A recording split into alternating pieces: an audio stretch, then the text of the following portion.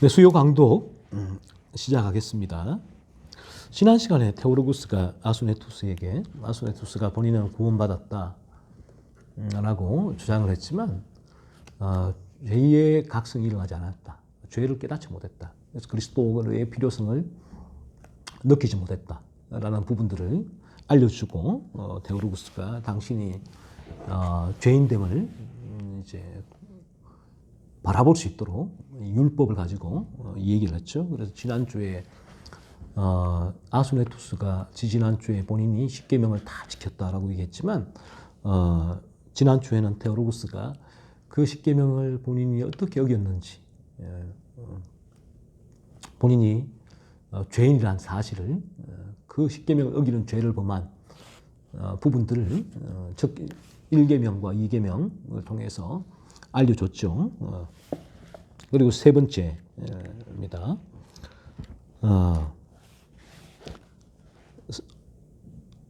성모 마리아, 신앙과 진리와 성모 마리아 맹세를 해본 적이 없습니까? 물었을 때 아수네투스, 예, 나는 성모 마리아로 맹세했었다는 사실을 고백하겠습니다. 테오로구스, 그렇다면 우리는 더 이상의 증인이 필요 없습니다. 당신의 대답 자체가 그것을 증명합니다.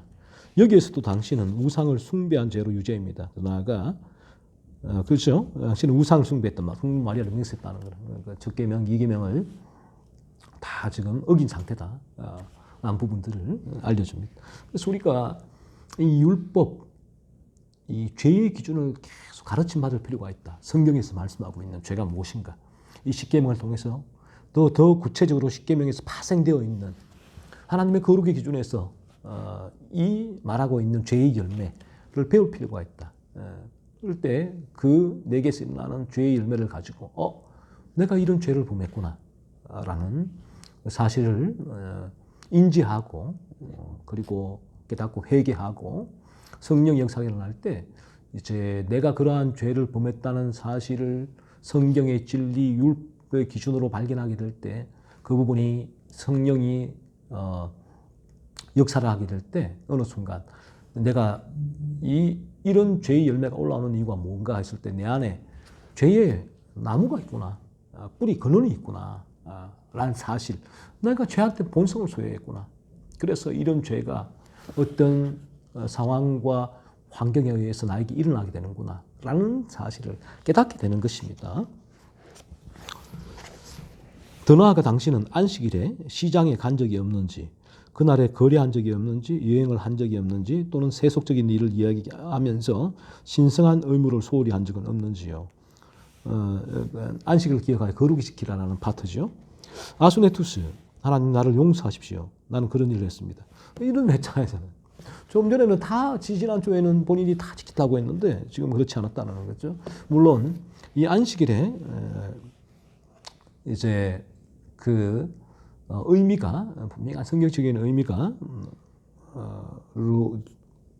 볼 때에 단순히 이 안식일을 뭐 일하거나 안 하거나 차원이 아니라 우리는 성경의 진리 가운데 제 블로그에도 이 안식일 주일 성수에 대해서 한번 검색을 해보세요. 그러면 성경적인 주일 성수에 대해서 제가 글을 올려놓았는데 이 주일 성수가 이제 그리스도의 안식일, 지금 이 구약의 안식일에서 그리스도의 안식일로 이제 전환이 됩니다. 본질적인 이제 거룩을 향한 내용은 같지만 이제 그 모습이 다른 모습으로 신약에서 그리스도 중심적으로 드러나게 되는데 그리스도가 오신 이후에 이제 그리스도의 안식일, 우리는 안식일을 금요일 저녁에서 토요일로 지키는 것이 아니라 주일로 지키게 되죠.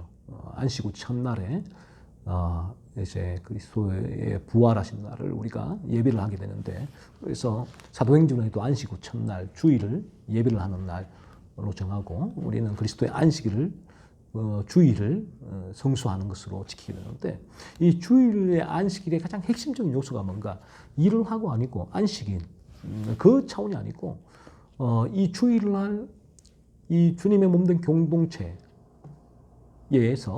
내가 이 주일을 예배죠.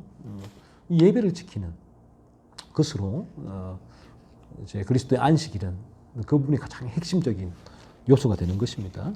그래서 그 부분을 또 우리가 그리스도의 안식일을 얼마나 나의 중심, 내 기준이죠. 내가 원하는 기준. 나의 필요대로 이 그리스도의 안식일을 마땅히 하나님께 드려야 할 이 예배죠. 이 주일 몸된 교회에서 이루어지는 예배를 내 기준으로 나의 필요에 따라서 드렸다 안 드렸다 하는 것. 이 죄란 거, 죄. 이 부분. 그래서 이 부분에 대한 부분을 또 우리가 죄의 기준으로 안식일, 주일 성수를 바라볼 수 있게 된다. 봐야 된다라는 부분입니다. 테오로구스. 그렇다면 당신은 안식일을 공적 및 사적으로 거룩하게 그리고 종교적인 의무를 수행하며 보내라고 명하는 네 번째 계명을 어긴 죄가 있습니다. 하는 거죠. 그렇게 이제 안식일을 어겼다. 당신은 그렇게 하나님 명하신 안식일을 지키지 않았다. 당신은 아까 좀 전에는 다 안식일을 지켰다라고 했지만 이 안식일을 범하는 죄가 당신에게 있다라는 사실을 테오로고스가 아수네투스에게 알려주고 있습니다. 또한 당신은 아내, 자녀 그리고 종들에게 하나님의 참된 지식을 가르치고 그들과 함께 기도하는지요? 아수네투스, 당신은 내가 진실을 말하기를 원하겠지요. 나는 그렇게 하지 않으면 그렇게 할 능력도 없다는 사실을 고백해야겠습니다. 그렇게 안 하고 있고 또 참된 지식을 가르칠 수 있는 능력도 없다 내가. 왜? 잘 모르니까 말이죠. 테오로구스, 그렇다면 당신은 윗사람과 아랫사람 간의 모든 의무를 명하는 다섯째 계명을 어긴 죄가 있습니다. 그 의무에는 기도와 교육이 포함됩니다. 그래서 부모를 공경하라는 부분에 좀 더 폭넓게 테오로구스가 해석했죠. 윗사람과 아랫사람 간의 모든 의무를 명하는 제 계명, 의무다 의무. 부모를 공경하는 것이 모든 의무이듯이 또 그런 윗사람과 아랫사람 간의 의무를 본인이 지키지 못하는 계명을 어겼다라는 거죠. 그래서 그 의무는 기도와 교육도 포함된다는 것입니다. 더 나아가 당신은 한 번도 화를 낸 적이 없는지요? 그리고 화를 낸 적이 없는가 하는 물었습니다. 아수네투스, 살아오는 동안 나는 수도 없이 화를 냈습니다. 하지만 특별한 이유가 있을 때는 누구나 한 번쯤 화를 낼 거로 생각합니다. 나는 화를 많이 냈지만 사람들이 화낼 만한 이유가 있을 때 화를 내는 건 당연한 것이 아니겠는가? 그렇죠? 테오로구스, 그렇다면 당신은 우리에게 분노, 화, 악의, 복수심 등과 같은 살인의 전조를 피하라고 명하는 여섯 번째 계명을 어긴 것입니다. 이 여섯 번째 계명, 살인하지 말라는 계명은 형제를 미워하는 것이 살인이다라고 요한일서 성경의 진리는 말씀하고 있죠. 그래서 그 계명을 당신은 어긴 거다. 화를 낸 것, 미워하고 화를 낸 것은 살인함과 진배 없다. 성경은 말씀하고 있습니다. 물론 테오로고스는 이 부분을 살인의 전조, 우리 안에 이 미움이 올라오고 화가 일어났기 때문에 이 살인이 일반 은총을 뚫고 나아가기 때문에 이 살인의 전조라고 말하고 있지만 우리가 미워하고 화를 내는 것은 성경은 살인죄를 범한 것이다 라고 말씀하고 있습니다. 그렇다면 아수네투스, 당신은 그 죄를 범했다는 거죠.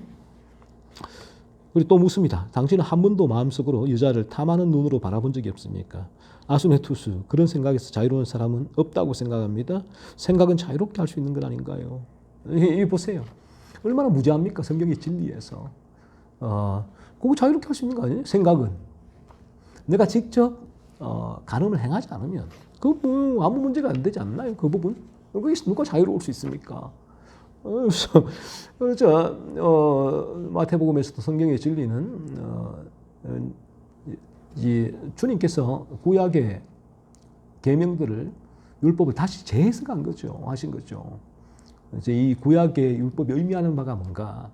그래서 인간들은 구약의 율법을 단지 외적인 계명, 외적인 계명만 내가 어기지 않으면 계명을 다 지키는 것으로 이해를 했습니다. 하지만 구약의 율법도 사실은 그렇지가 않아요. 그 부분은 정신, 마음이 훨씬 더 그 부분은 중요합니다. 예수님께서는 여자를 보고 음욕을 품자마자 마음에 이미 간음했다라고 말씀하고 있는데 이 아수네투스 보세요. 이 진리에서도 벗어나 있잖아요. 성경의 가장 뭐 그 부분은 너무나 명확하게 주님께서 말씀하신 진리가 아니겠습니까? 그래서 만약에 이렇게 여자를 탐하는 눈으로 바라보았다라는 것은 생각을 자유롭게 할 수 있다. 아니에요. 우리가 그런 생각, 그런 마음을 품는 순간 우리는 성경의 진리를 가지고 죄를 범한 것입니다. 진리의 기준으로. 간음죄를 범한 거예요. 테오로구스. 아닙니다. 생각은 하나님 앞에서 자유롭지 않습니다. 하나님은 우리의 생각을 알고 있으며 우리의 생각 때문에 우리를 처벌하고 고소하고 정죄할 것입니다. 사람들은 생각을 알지 못하기 때문에 생각에 대한 법을 만들 수 없습니다. 하지만 하나님은 우리의 모든 가장 은밀한 생각을 알고 있기 때문에 그 생각에 대한 법을 만들었고 그것을 정죄할 것입니다. 하나님은 우리의 생각, 우리의 마음 다 알고 계신다. 그래서 그게 율법의 기준이다. 이게 하나님의 거룩의 기준이다. 내 마음에서. 그 예수님도 말씀하고 있어요. 많이 생긴 서기관들에게. 죄는, 악은 눈과 입, 손과 발에서 나오는 것이 아니라 네 마음에서 일어난다. 네 마음에서. 예수님께서. 바로 이런 의미다. 사람들은 생각을 모르기 때문에 처벌할 수가 없다. 그건 아수네투스의 생각이죠. 생각은 자유롭지 않습니까? 내가 그 생각을 실행만 안 하면 아무런 문제가 없는 거 아니겠습니까? 이게 세상의 기준이잖아요. 법의 기준입니다. 세상의 법은 내가 생각한 바를 실제로 행해서 범법을 저질렀을 때에 이 세상의 헌법을 어겼을 때 그때 죄가 되는 것이죠. 그렇지 않다면 아무런 죄가 되지 않습니다. 하지만 하나님은 우리의 생각을 다 알고 계시다. 우리의 마음을 하나님께서는 이 죄의 기준을 우리 마음에 두고 계신다는 것이죠. 하나님은 그 생각에 대한 법을 만들었고 그것을 정죄할 것이라는 거죠. 만약에 당신이 마음속에 간음의 생각을 가졌다면 간음에 대한 모든 은밀한 생각과 유혹을 금지하는 7번째 계명을 어긴 것이 됩니다. 그러니까 이 생각을 했다면, 마음에 간음의 생각을 가졌다면 당신은 7계를 범한 것이다. 그렇습니다. 이 성경의 기준이다.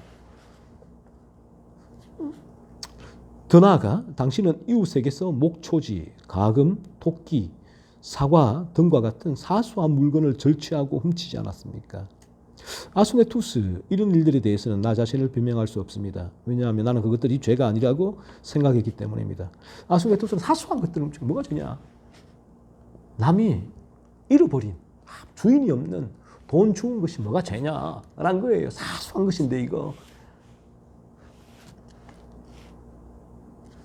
그러나 성경은 기준은 이 부분도 더 나아가 우리 마음이에요. 마음에서 저걸 내가 주인 없는 돈을 보고 가져갈까라는 마음을 품는 것만 하더라도 이미 이 도둑질의 죄를 범한 것이다. 그래서 이 구원이라는 개혁주 청교도 개혁주 성경공부 시리즈에서 그 첫 번째 저자가 이제 이 얘기를 하죠. 십계명을 다루면서 만약 회사에서 자그마한 클립을 하나 가져오는 것도 도둑질이다라고 그가 기준을 얘기를 합니다. 그래서 우리가 내 마음에 이제 일어나는 딴 사람의 것을 내가 탐하고자 하는 마음, 가지고자 하는 마음, 일어났다면 도둑질이다. 이게 하나님의 기준이다. 이런 거죠. 테오로구스. 그러면 당신은 8번째 계명을 어긴 것이고 영원한 죽음을 맞이하게 될 것입니다. 왜냐하면 하나님은 그 계명에서 우리에게 이웃의 재산을 우리 자신의 재산처럼 소중히 여기고 생각, 말, 행동 등 어떤 식으로라도 그를 해치지 말라고 명령했기 때문입니다. 따라서 모든 속임수, 횡령, 억압 그리고 이웃의 재산에 대한 부당한 거래는 죄가 됩니다. 물론 이처럼 이 도둑질이 죄가 된다라는 거예요. 이 부분에 있어서 사소한 것도 사소한 것은 괜찮겠지. 천만에요. 종이 한 장도 우리가 남의 것을 가지고 온다면 그것은 도둑질의 죄가 되고 내 마음에 그 다른 것을 가져오고자 하는 마음을 품었다면 그 실행을 하지 않았더라도 그것은 하나님 앞에서 도둑질의 죄가 된다. 그렇습니다. 게다가 당신은 결코 거짓말하지 않았고 숨김이 없었습니까? 아수네투스. 분명히 나는 숨김이 있었고 거짓말도 했습니다. 그렇죠. 숨김이 거짓말도 했고. 이게 인간이죠. 인간. 죄로 물든 인간은 이런 거짓말, 얼마나 많은 거짓말을 합니까? 얼마나 많은 걸 숨기고 가리고 감춥니까? 테오로구스, 그러면 당신은 9번째 계명을 어겼습니다. 여기 하나님은 정언과 다른 모든 문제에서 거짓말이나 숨김 없이 마음에서 나오는 명백한 진실을 말하도록 우리에게 명령하고 있습니다. 그렇죠? 그러면 거짓말하지 말라는 명령을 어겼다. 그래서 이분 마찬가지예요. 내 입술로 또 거짓말을 하지 않더라도 내 마음에서 그 말을 하고자 하는 마음이 잃었고 그 부분이 일반적으로 막아져서 내 입으로 안 나갔더라 하더라도 내 마음에서 그 부분이 일어나는 것은 하나님께서는 거짓말의 죄다라고 말씀하고 있다라는 것입니다. 아수네투스, 당신도 이 9번째 계명도 어겼다는 거죠. 마지막으로 당신은 마음속으로 당신의 것이 아닌 것, 이웃의 집, 땅, 소, 양 등을 원하지 않았습니까? 이는 당신 마음의 불만족을 드러내는 것입니다. 아수네투스, 이 점은 다른 어떤 것보다도 나의 유죄를 입증합니다. 하나님, 저를 용서하십시오. 왜냐하면 나는 종종 내 것도 아닌 것들을 욕망하고 탐내었고 이로써 불만족을 드러냈습니다. 얼마나 많은 걸 탐합니까? 인간이. 딴 사람 것들을. 탐심의 죄다. 10번째 계명을 어긴 죄다. 이것은. 테오로구스, 당신 자신의 고백에 의하면 당신은 하나님의 모든 계명을 어겼다는 것을 알 수 있습니다. 모든 계명을 어겼다. 지지난주에는 10계명 다 지켰다고 그렇게 뜨뜻하게 말했던 아수네투스가 몰랐죠. 아수네투스 무지한 것입니다. 무엇이 죄인지 성경의 기준으로 무엇이 죄인지를 몰랐다.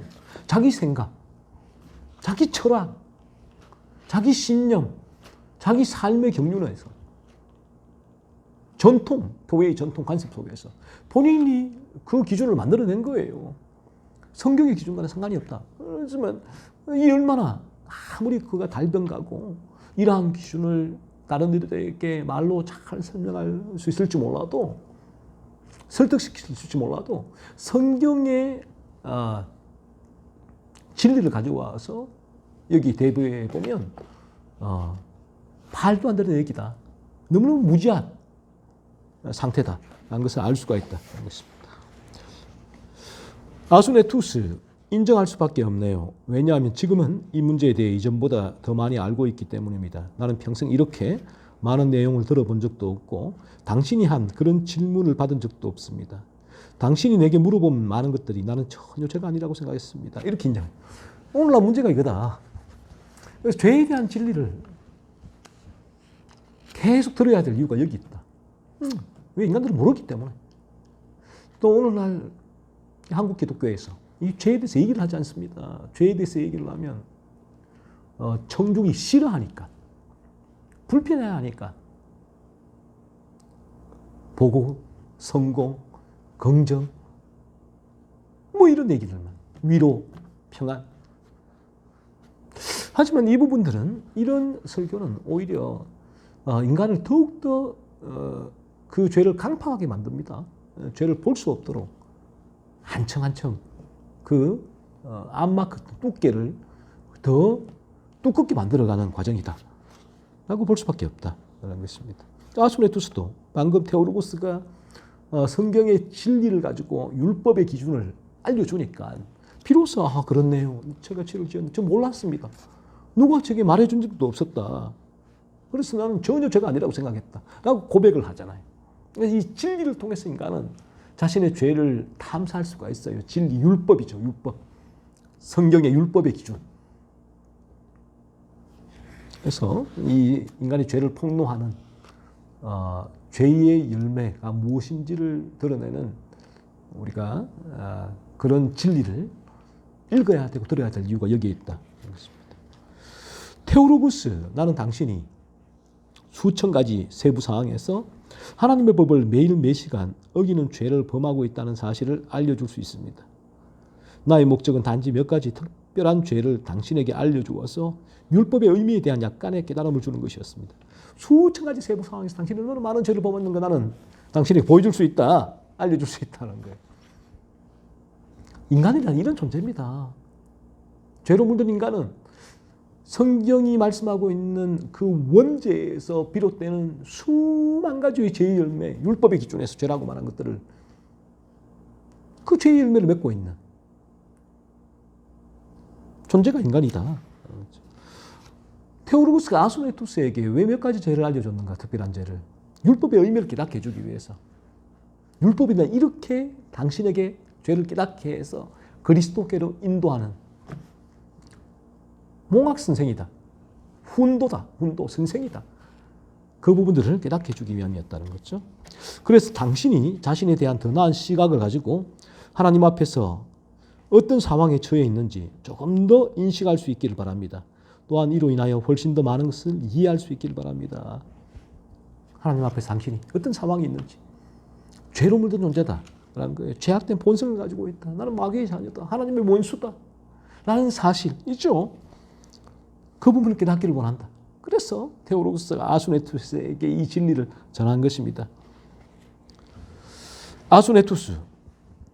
이제 나는 분명히 내가 속았다는 것을 알게 되었고 하나님 앞에서 내가 생각했던 것만큼 좋은 상태가 아니라는 것을 알게 되었습니다. 게다가 수천 명이 하나님 앞에서 좋은 상태에 있다고 생각하지만 실제로는 그들이 눈이 멀고 죄 속에 있다는 것도 알게 되었습니다. 이 진리가 아수네투스를 이렇게 변화시킨 거죠. 어느 정도의 방향성을 제시해 보여준 것입니다. 그래서 오늘날 이러한 분명한 성경의 진리를 듣지 못한 대단히 많은 기독교인들이 존재한다. 아수네투스와 같이 사실은 성경에 무지한데 피상적인 성경의 구원론을 가지고 믿음 생활을 열심히 하고 살아가는 대단히 많은 사람들이 있는데 이 진리를 들어보지 못한 사람들이 너무너무 많다. 그래서 우리는 이 진리를 전해야 한다. 오직 진리를 들을 때 성령이 역사해서 아수네투스와 같이 그 눈을 열 때 제가 몰랐습니다. 무지했습니다. 저를 용서해 주옵소서 하나님. 그래서 이렇게 주여 우리에게 자비를 베푸소서. 나는 이제 분명히 내가 계명을 지키기에는 멀었다는 것을 알게 되었고 나는 아무도 그것을 지키지 않는다고 생각합니다. 자비를 베푸소서. 자비. 그래서 이런 기도를 하는데 하나님 자비, 긍휼, 바른 진리가 들어왔을 때 비로소 인간 하나님의 자비를 구하게 됩니다. 저의 자비를 베풀어 주옵소서. 저를 이러한 죄로 물든 상태에서 하나님 제발 저를 건져 주오세요 라는 간구가 비로소 일어나게 되는 것이죠. 아수네투스가 이 진리를 직면할 때 성령이 역사함으로 오늘 아수네투스가 이처럼 내 상태가 하나님 앞에서 나는 좋은 상태다라고 여겼는데 그게 아니었고 이거 죄로 물든 상태였군요. 하나님의 저주 가운데 하나님의 진노 가운데 하나님의 원수된 존재였군요. 하나님 저는 눈이 멀었습니다. 죄로 물들어 있습니다. 저에게 자비를 베풀어 주세요. 하나님 저를 이 상태에서 건져 주옵소서 라고 비로소 아수네투스가 고백을 합니다. 테오로구스 그렇습니다. 바울, 다윗 혹은 성모 마리아를 비롯한 누구도 그 어떤 계명도 지킬 수 없었기 때문입니다. 인간은 이런 존재입니다. 그래서 오늘날 아브라함이나 다윗이나 바울이나 이런 많은 성경의 인물들 또 믿음의 선진들 역사 속에 살다가 선진 어거스틴이나 칼빈이나 우리와 다를 거야. 이분들이 어떻게 삶을 살았는지 연구하고 나 그 삶을 살 거야. 천만에 똑같아요. 우리하고 아브라함이나 요셉이나 다윗이나 바울이나 어거스틴이나 칼빈이나 우리와 똑같이 죄로 물든 사람이다. 그들도 이 하나님의 계명을 지킬 수 없는 거듭난 이후에도 옛 본성이 찌꺼기 때문에 죄로 아파하고 고민했던 사람이다. 진리를 통해서 우리는 이 사실을 바라보게 돼요. 그래서 우리가 이 성경을 통해서 예전에는 내가 죄를 깨닫지 못할 때는 이 상태가 바라보지 못할 때는 이러한 아브라함이나 요셉과 다윗, 바울, 어거스틴, 칼빈을 가지고 모범론적으로 설교를 합니다. 모범론적으로. 이분들을 모범으로 내세워서 어떻게 하면 이분들을 따라갈 수 있을까? 하지만 바른 진리가 들어오게 된다면 이 모범론적으로 인간에게 그 삶을 개선시키고 변화시키기 위해서 이들을 모범론으로 내세우지 않아요. 왜 불가능하다는 걸 알기 때문에. 이분들도 죄를 범하는 죄인이었다는 사실을 알기 때문에. 그렇다면 거듭난 죄를 깨달았고 거듭난 사람은 이러한 믿음의 선진들을 통해서 이들도 이러한 죄를 지었다. 이들도 그리스도 믿었고 그래서 이들에게는 이러한 삶이 모세는 지면의 모든 사람보다 온유함이 성했다. 하나님은 다윗을 그 의를 하나님은 기쁘게 연락하셨다. 요셉에게는 그래서 이러한 그 보디발의 아내에게도 유혹되지 않아요. 단호히 하나님의 거룩을 지키는 삶을 살 수가 있었다. 라는 이 부잉을 말할 수 있는 거예요. 먼저 빙을 얘기하면서. 그걸 로이 존스 목사님도 늘 얘기하죠. 로마서는 먼저 빙, 존재에 대한 얘기다. 인간이 이런 존재가 됐을 때 로마서 12장부터 두잉을 얘기할 수가 있다. 그리고 두잉을 얘기할 때에 모범론적으로 얘기를 하는 것이 아니라 당신이 빙, 이런 존재이기 때문에 이런 두잉을 해야 합니다. 라고 비로소 얘기할 수 있다는 거예요. 그래서 어떤 면에서 조나단 에드워즈처럼 살 수는 없을까라는 책. 저는 생각합니다. 우리는 그렇게 살 수가 없어요. 조나단 에드워즈가 얼마나 사람마다 거듭나더라도 기질, 성향, 이 달라요. 에드워즈가 얼마나 철저했습니까? 200몇 가지 결심문으로 날마다 밤마다 자신은 철저히 체킹을 했는데 우리는 에드워즈와 같은 삶을 살 수가 없어요. 하지만 본질적으로 에드워즈가 걸었던 그 죄의 각성과 그리스도를 필요성을 깨닫고 믿음과 그 이후에 회심의 열매를 맺고자 살아가는 그 기본적인 삶은 동일하다.